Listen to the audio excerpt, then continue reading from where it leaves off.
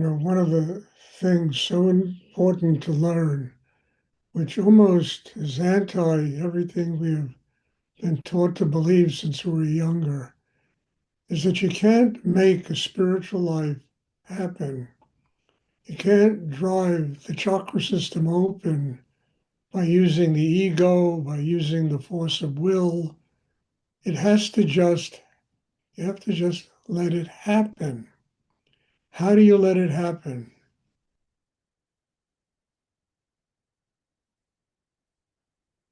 You know, the answer is very simple. We have a craft. Meditation is a craft. We have to learn how to master the craft, how to use our minds properly, how to use our breath properly, how to, be in touch with a deep need inside ourselves to truly have a spiritual life. And this craft of meditation is all we need in order to open ourselves up inside and to allow ourselves to be touched by higher energy. I shouldn't say touched, I should say nourished by higher energy in the universe. People in our culture think we have to make everything happen. We have to force it to happen. Well, a spiritual life is exactly the opposite. One uses the craft to open the chakras and you let it happen. You surrender the will, you surrender the ego, you surrender all of this conflict inside, everything in you that is pushing endlessly to attain things in life. And you just open and allow this to happen, and the universe will comply. All we need to do is get open. And at the same time, you can't force yourself to open. You just have to use the craft of meditation consciously.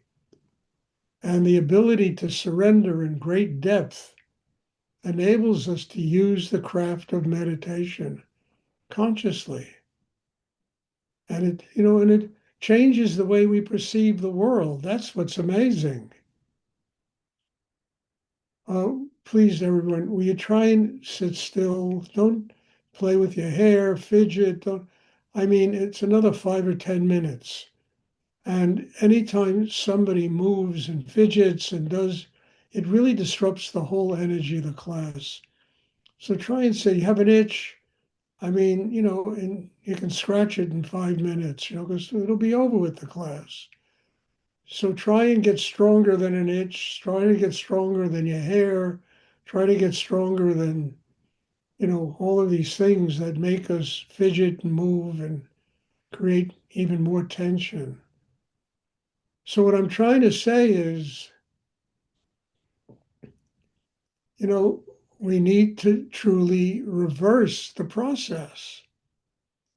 We're taught from the earliest ages to make our lives happen.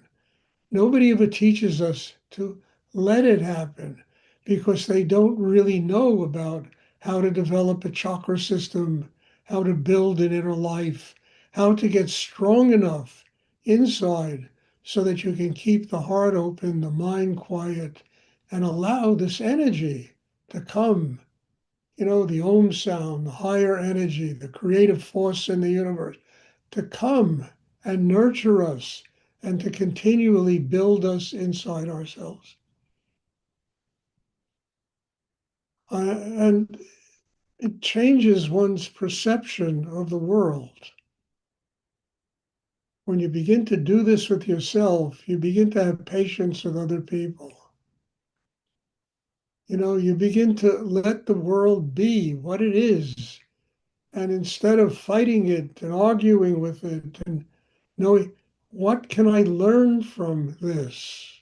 What is this all teaching me? How to become more human, how to get more open inside, how to develop my inner life so that instead of fighting with the external world and knowing better than the external world, how does this all teach me about me, about what I have to do to grow, to get free of myself? And as soon as we work to get free of ourselves, we get free of the objective world. We get free of the external world. Because what we see in the external world is just a reflection of us. I mean, basically, every human being practically on this planet is at war with themselves. And they look out and they see war and genocide and racial madness and all kinds of stuff like that. Because these kinds of wars go on inside each and every human being. And what we perceive is reality as we perceive it. And there are two people alive that are going to see the world exactly the same way.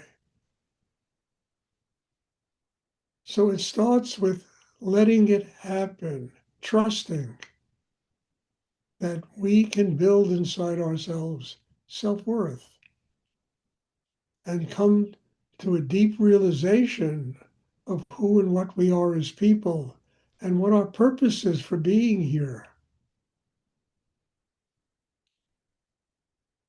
And I know this kind of goes against everything we're all taught from the earliest ages, but so what? We're raised in a world where, I mean, it's just, we're raised by unconscious people to become unconscious people. And when you try to have a spiritual life, you are working against the lack of consciousness in the world.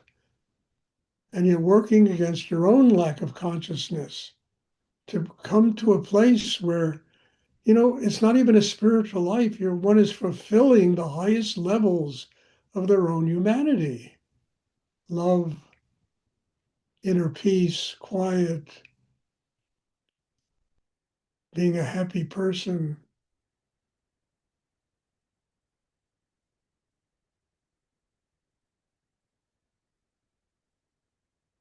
I don't think anybody can truly be a happy person if they're using their ego to force their way through life.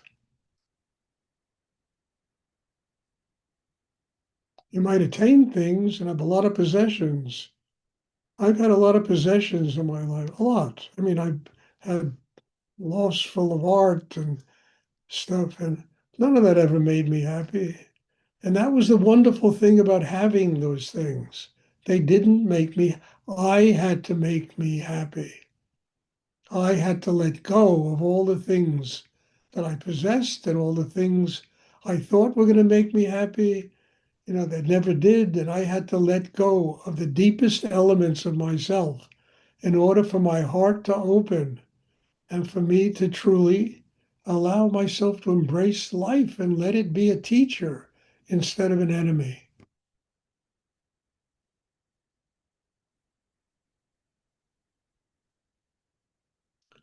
Doing all these podcasts is very interesting because people get blown away by Rudy's meditation. I really mean this. They like they've never heard anything like it. That it's strong, it's powerful, it really brings a deep inner peace to a human being, and it's amazing. And when I tell them they have to work at this, it does. I mean, what they perceive in me is a product of 4 or 5 decades of work on myself. That this, it's not like just swallowing a pill and suddenly your heart opens. I mean, people have a hard time dealing with that as they want the result, but they can't deal with it. They're going to have to work for this. It doesn't just happen. Again, we are raised in a world where we think everything has to be solved instantly, and nothing is solved instantly. Nothing of any significance in life comes instantly. It comes because a person truly learns how to work on themselves over years. That's how like even if you want to be a gourmet cook, you got to learn about food. It could take 10 years to truly master food. You want to be a doctor, it takes 12 years to become a doctor. But when it comes to ourselves, we want instant results. We like the results. They like, for instance, the way I live my life and how I approach life and what I talk about. But when they hear they have to work to get this, boy, it really gets people very nervous. You mean I can't just, put on a light in the living room and all of a sudden I'm going to be spiritually glowing? I can't just swallow a pill and do this? Well, I have to bear the bad news. You can't. It takes time and work, and it takes truly learning to master, as I always say, the one person who keeps us from becoming enlightened, and that's ourselves. And mastering oneself is a lifetime's work, be it 10 years, be it 50 years, be it 100 years. To master yourself is a lifetime's work. And it's not a bad way to live. I would say it's the greatest adventure on earth, learning to master oneself, learning to transform all of this tension and garbage into an open heart.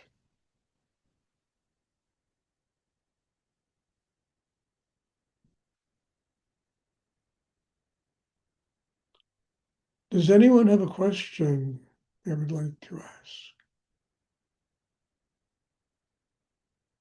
Yes, yes, Brian. Thank you, Stuart. I have a question about how an open body relates to this, to the idea of an open heart and the inner work. Um, you know, Particularly kind of from the perspective that of like somatic psychology, and they talk about trauma being stored in the body, and tensions and transforming our tensions is a big part of the process, or letting that happen. And so, I guess I'm curious if Well, I can maybe. answer that, Brian. One of the reason people get sick, really sick, is Mm, because of the tension inside them, because of negative energies that exist, because the heart chakra is closed. They have no balance inside. Their minds run rampant with conflict and tension. mhm, That it eats away literally the cells and the bones and the organs of the body, and it makes people very sick. When a person gets this whole system open, they're being fed by a spiritual force. They're being healed inside. And you can't be healed inside if you're closed. You have to truly be open. So, doing a deep meditation practice, whether it's this or something else, it gets the system open so that one can be nourished by higher energy in the universe. That energy is a healing energy. It's an energy that truly allows us to overcome a lot of the really difficult problems that exist inside people. Problems that the mind can analyze and figure out and get down to the nth degree. And yet those problems don't go away because one hasn't opened that chakra system to absorb the problems and transform them into chi, mm, transform them into energy that activates Kundalini. You understand? Learning how to use sexual energy consciously within oneself is another place that creates enormous problems in people. So, all of this is part of what meditation is about, getting us open. Getting us open enables us to truly heal ourselves and to accept another fact. One day we all have to leave the world for some reason. We all leave the world. I mean, I always kid around. Nobody's alive today from the 17th century. I mean, they are alive, but they're in a different body. So this is something that we have to truly understand. How do you heal yourself? You don't heal yourself by thinking about it, by closing up, by not having an open heart, by not having balance, by not having a quiet mind. Once those chakras are working properly, this energy comes, this higher energy. It's the energy of spirit, of God, of higher, and it will heal a person.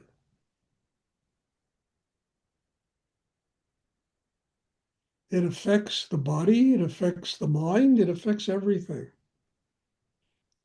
It also makes us aware of the meaning of life and death, and how when we do finally have to leave the world, we leave the world, we embrace the universe. We don't leave the world fighting to maintain that extra 2 breaths, but we open to allow the soul to merge and become one with the universe. The soul comes here to learn how to transform suffering into love. And when that is mastered, we're free. We become one with the universe. We really have healed ourselves.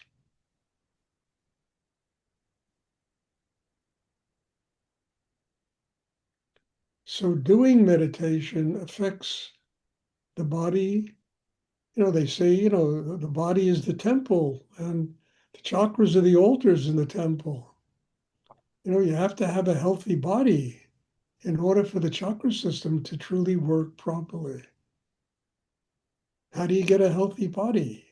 You build through learning how to breathe properly, use the mind properly, a very strong chakra system. And that, and I wrote a book a long time ago called Leah, Story of Meditation and Healing. And in the book, I compared the chakras, the meridians. When you look out at the universe, the 7 planets, and what you're seeing is a reflection of yourself. And the problem is that this self is not harmonious. It's out of sorts. It doesn't function harmoniously. And then the world we see functions like the self. People haven't done the work on themselves in order to create that balance and that harmony inside, that open heart, the love, the quiet mind, real knowledge, real wisdom. So it's all, acupuncturists work with needles in order to hit the right meridian that gets the body back in harmony again, in balance again, so that energy flows.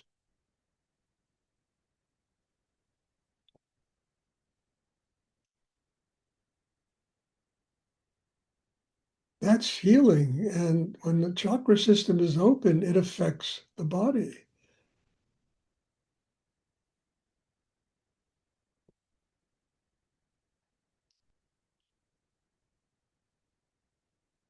Look, look, I'm not a kid anymore. I'm supposedly a senior citizen. But my life is doing today what, I should have been doing when I was 35 years old. And to me, that is extraordinary that I can live this way at this point of my life. I'm not sitting in some old age home playing bridge, you know, or complaining about the aches and pains and how terrible this is and that is. You live till the day you leave the world, an active life. And you can live an active life if the chakra system is healthy inside, if it's highly developed. It gives you a connection with the source of energy that makes it possible to live a creative life until the day you leave the world.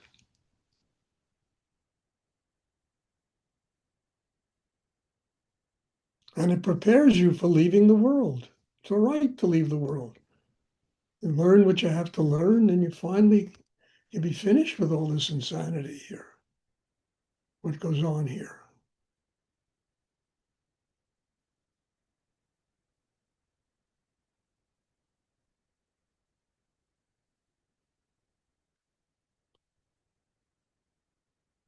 Does anyone else have a question they'd like to ask?